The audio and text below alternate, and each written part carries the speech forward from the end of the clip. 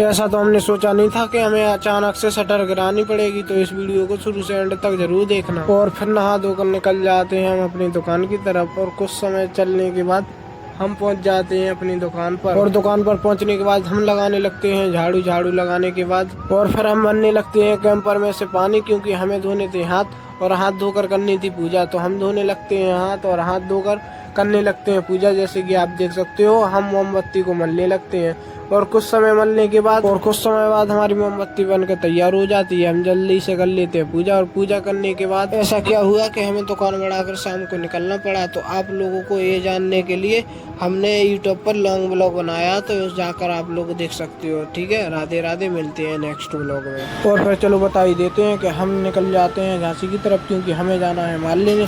तो हम और भैया जाते हैं झांसी की तरफ। फाइनली फिर मिल जाते हैं हमें गेट खुले, तो हम निकल जाते हैं। और जैसे ही झांसी जेल चौराहे पे पहुंचते हैं तो हमें लगने लगती है भूख, तो हम खाने लगते हैं पेटिस।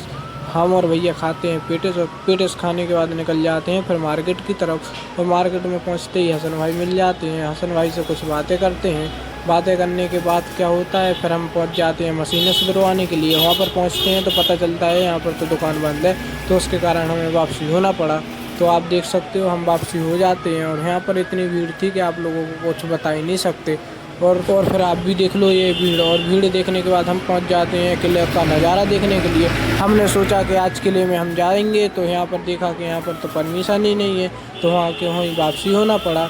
और फिर पहुंच जाते हैं हम खाना खाने के लिए, क्योंकि हो गई थी रात बहुत, तो हमें लगने लगती है भूख, तो हम खाने लगते हैं खाना।